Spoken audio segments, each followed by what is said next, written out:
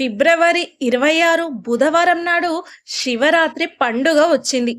శివరాత్రి రోజుని శివుడు లింగాకృతిని పొందిన రోజు. శివరాత్రి రోజునే శివపార్వతుల వివాహం జరిగింది. ఈ పవిత్రమైన శివరాత్రి పండుగ నాడు శివపార్వతులు భూమిపైన తిరుగుతూ ఉంటారట. కాబట్టి శివరాత్రి పండుగ రోజున ఎట్టి పరిస్థితుల్లోనూ కొన్ని తప్పులను చేయకూడదు. శివరాత్రి రోజున తెలియక చేసే కొన్ని తప్పుల వలన జీవితంలో ఎన్నో సమస్యలు ఎదురవుతూ ఉంటాయి. కాబట్టి శివరాత్రి పండుగ రోజున పొరపాటున కూడా చెయ్యకూడని తప్పుల గురించి ఈ వీడియోలో తెలుసుకుందాం. శివరాత్రి రోజున ఉదయాన్నే నిద్రలేవాలి. తెల్లవారుజామునే నిద్రలేచి ఖచ్చితంగా తలస్నానం చేయాలి. ఎట్టి పరిస్థితుల్లో కూడా ఆలస్యంగా నిద్ర లేవకూడదు. అలా చేయడం వలన మీ ఇంటికి దరిద్రం పడుతుంది. అలాగే శివరాత్రి రోజున శివాలయానికి వెళ్ళేవారు ఉదయం 11 గంటలలోపు శివుడిని దర్శించుకోవాలి.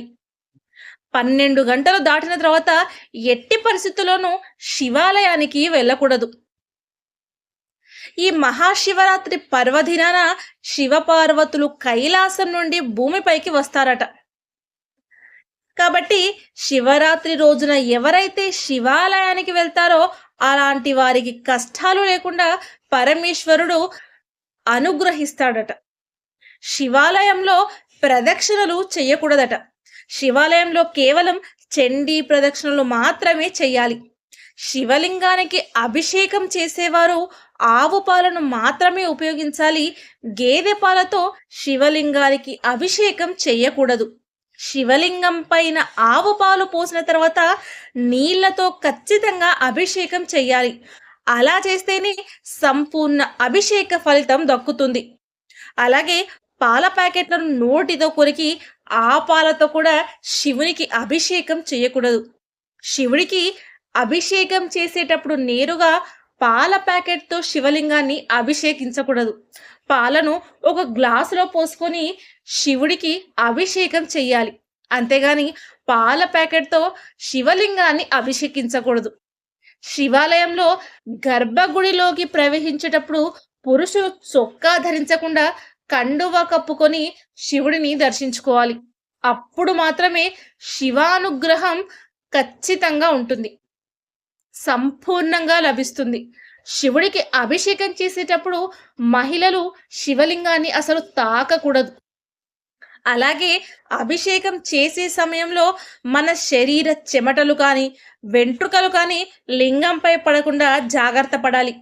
శివరాత్రి రోజున ఎవరైనా పేదలకు దానం చేస్తే శివుడి అనుగ్రహం సులభంగా లభిస్తుంది. ముఖ్యంగా శివరాత్రి రోజున పేదవారికి తోటకూరను దానం చేస్తే కోటి జన్మల పుణ్య ఫలితం లభిస్తుంది. శివరాత్రి రోజున నలుపు రంగు వస్త్రాలను ధరించకూడదు. శివలింగం పైన కొబ్బరి నీళ్లు పోయకూడదు. శివ పూజలో తులసి దళాలను ఉపయోగించకూడదు. మహాశివరాత్రి రోజున ఉపవాసం ఉండేవారు పాలు త్రాగవచ్చు. అలాగే పండ్లను తీసుకోవచ్చు. శివరాత్రి రోజున తప్పనిసరిగా శివాలయానికి వెళ్ళాలి. శివరాత్రి రోజున ఏది చేసినా చెయ్యకపోయినా సరే ఓం నమః శివాయ అనే మంత్రాన్ని 108 సార్లు జపిస్తే మీ జీవితంలో ఉన్న కష్టాలన్నీ వెంటనే తొలగిపోతాయి. శివరాత్రి రోజున శివుడికి సమర్పించే నైవేద్యాలలో పులిహోర ఖచ్చితంగా ఉండాలి. ఈ రోజున విభూదిని ధరిస్తే జాతక దోషాలన్నీ తొలగిపోతాయి. శివరాత్రి రోజున ఎవరైతే విభూదిని ధరిస్తారో అలాంటి వారికి ఆ పరమేశ్వరుడు అనుక్షణం కాపాడుతూ ఉంటాడట. ఈ మహాశివరాత్రి పర్వదినాన తెలుపు రంగు వస్త్రాలను ధరిస్తే చాలా మంచిది. శివరాత్రి రోజున జుట్టు కత్తిరించుకోవడం, గోర్లు కత్తిరించడం, షేవింగ్ వంటి పనులను చేయకూడదు. అలాగే ఈ పవిత్రమైన శివరాత్రి నాడు భార్యాభర్తలు దూరంగా ఉండాలి. శివరాత్రి రోజున జిల్లేడు పూలతో శివుడిని పూజిస్తే ఆ పరమేశ్వరుడు తొందరగా కరుణిస్తాడట. అలాగే బిల్వ పత్రాలను శివుడికి సమర్పిస్తే కోరిన కోర్కెలన్నీ వెంటనే నెరవేరుతాయి. శివరాత్రి రోజున సాయంత్రం సమయంలో గుమ్మం ముందు ఖచ్చితంగా దీపాలు వెలిగించాలి.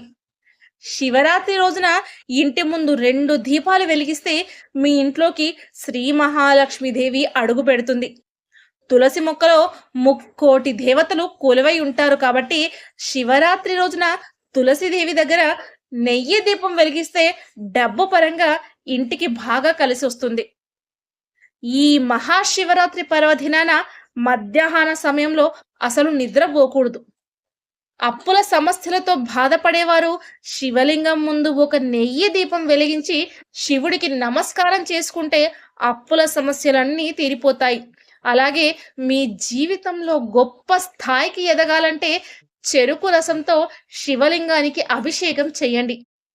ఇలా చేయడం వలన శివుడి ఆశీర్వాదంతో ఉన్నత స్థాయికి ఎదుగుతారు. అలాగే శివరాత్రి రోజున సాయంత్రం సమయంలో మీ ఇల్లంతా సాంబ్రాణి పొగను వేయండి.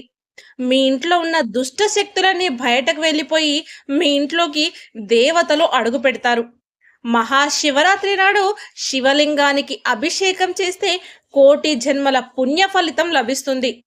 చెమ్మెడు నీళ్లను శివలింగం పైన పోసినా సరే ఆ పరమేశ్వరుడు ఎంతో సంతోషిస్తాడు.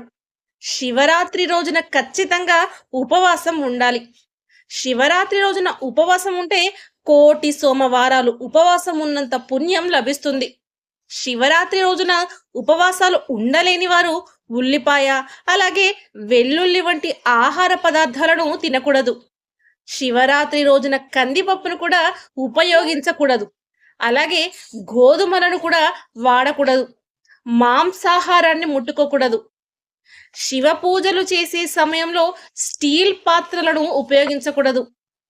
ఈ శివరాత్రి పర్వదినాన ఒక చిన్న శివలింగాన్ని తెచ్చుకొని పూజ గదిలో పెట్టుకుంటే మీ ఇంటికి అఖండ రాజయోగం సిద్ధిస్తుంది.